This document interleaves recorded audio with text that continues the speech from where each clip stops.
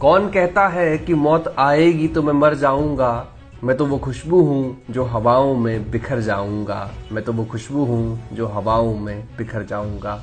भारत माँ की गर्भ से पैदा होने वाले वैसे तो लाखों जवान हैं, मगर कुछ जवान ऐसे भी होते हैं जो हमेशा के लिए अपनी बहादुरी के झंडे गाड़ देते हैं। उन्हीं में से एक नाम है भारत माँ की आंचल उत्तराखंड की धरती पर जन्मे वीर जसवंत सिंह रावत का। 1962 के भारत चीन युद्ध में 72 घंटे तक अकेले बॉर्डर पर लड़कर शहीद होने वाले भारतीय सैनिक जसवंत सिंह रावत आज भी अमर हैं। आज भी 24 घंटे उनकी सेवा में सेना के 5 जवान लगे रहते हैं। यही नहीं, रोज सुबह और रात की पहली थाली जसवंत सिंह की प्रतिभा के सामने परोसी जाती है। रोजाना उनके जूते पॉलिश होते हैं और यूनिफॉर्म प्रेस की जाती है। और आश्चर्य की बात यह है कि हर अगली सुबह जब चादर और उनके कपड़ों को देखा जाता है तो उसमें सिलवटें नजर आती हैं, वहीं पॉलिश के जूते भी बदरंग हो जाते हैं। यहाँ तक कि जब कोई जवान पोस्ट पर ड्यूटी के समय सोता है तो ऐसा माना जाता है कि शहीद जसवंत सिंह की आत्मा उसे थप्पड़ मारती है और यह एहसास दिलाती है कि देश की सुरक्षा का जिम्मा उनके ऊपर है, इसलिए जागते रहो। वहां रहने वाले जवानों और स्थानीय लोगों का मानना है कि आज भी जसवंत सिंह भारत की रक्षा कर रहे हैं और वह करते रहेंगे। इस आश्चर्यचकित करने वाले योद्धा की कहानी शुरू होती है 17 नवंबर 1962 से। 17 नवंबर 1962 को चीन की सेना ने अरुणाचल प्रदेश पर कब्जा करने के उद्देश्य से हमला कर दिया और इस दौरान सेना के बटालियन की एक कंपनी नूरानंग की सेफ्टी के लिए तैनात की गई, जिसमें जसवंत सिंह रावत भी शामिल थे। इस लड़ाई में चीनी सेना द्वारा प्रयोग की गई मीडियम मशीन गन की जोरदार फायरिंग ने गढ़वाल राइफल को मुश्किल में डाल दिया था। इसलिए भारतीय सेना ने गढ़वाली यूनिट की 4थी बटालियन को वापस बुला लिया, मगर इस बटालियन में शामिल जसवंत सिंह, लॉन्स नायक त्रिलोकी सिंह, नेकी और गोपाल गोसाई नहीं लौटे। ये तीनों सैनिक एक बंकर से गोलाबारी कर रहे चीनी मशीन गन को छुड़ाना चाहते थे और ऐसे में गढ़वाल राइफल्स के जवानों ने ऐसा कदम उठाया जिसने जंग की दिशा ही बदल दी।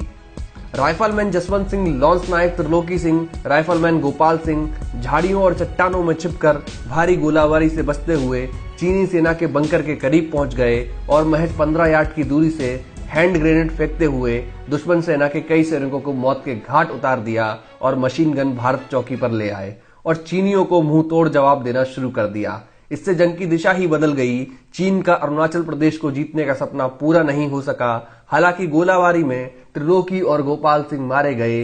इस दौरान जसवंत सिंह ने 2 स्थानीय लड़कियों सेला और नूरा का सहारा लिया और उनकी मदद से अलग अलग जगहों पर हथियार रखकर जसवंत सिंह ने चीनी सेना पर हमला करना शुरू कर दिया। इस हमले से चीनी सैनिक आश्चर्य में पड़ गए। उन्हें लगा कि भारत की तरफ से वहां पूरी बटालियन मौजूद है। कहा जाता है इस लड़ाई में जसवंत सिंह ने अकेले 300 सैनिकों को मार गिराया, जिससे चीनी सैनिकों के हौसले पस्त हो गए।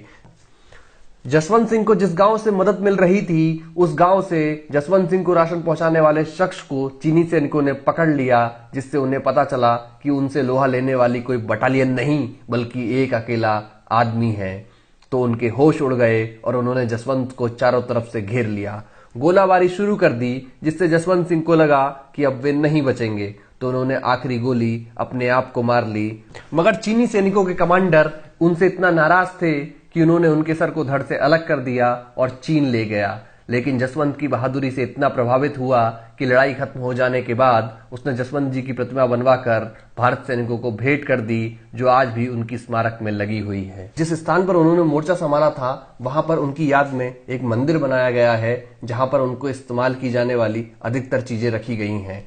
इस रास्ते से गुजरने वाले चाहे चीनी सैनिक हो या आम लोग, उन्हें श्रद्धांजलि दिए बिना कोई आगे नहीं बढ़ता। जसवंत सिंह की बहादुरी के चलते सेना ने उनके लिए ऐसा काम किया जो आज भी एक मिसाल है। जसवंत सिंह को शहीद होने के बाद भी रिटायरमेंट नहीं दिया गया। वह भारतीय सेना के अकेले सैनिक हैं जिन्हें मौत के बाद भी प्रमोशन मिलता रहा। उन्हें कैप्टन, फिर मेजर, फिर जनरल का पद मिला और जब मौत के 40 वर्ष के बाद रिटायरमेंट का समय आया तभी उन्हें रिटायरमेंट दिया गया। उनके नाम के आगे स्वर्गीय नहीं लगाया जाता। जब उनके परिवार वालों को उनकी जरूरत होती है तो भारतीय सैनिक उनकी तरफ से छुट्टी की दरख्वास्त देते हैं और जब छुट्टी मंजूर हो जाती है तो सेना के जवान उनकी फोटो को पूरे सैनिक सम्मान के साथ उनके उत्तराखंड के पुश्तैनी गांव में ले जाते थे और जब उनकी छुट्टी समाप्त हो जाती थी तो उसी सम्मान के साथ उस फोटो को अपने सेना में वापस लेकर अपने स्थान पर ला देते थे। जसवंत सिंह की अदम्य शौर्य की इस अद्भुत दास्तां को सलाम।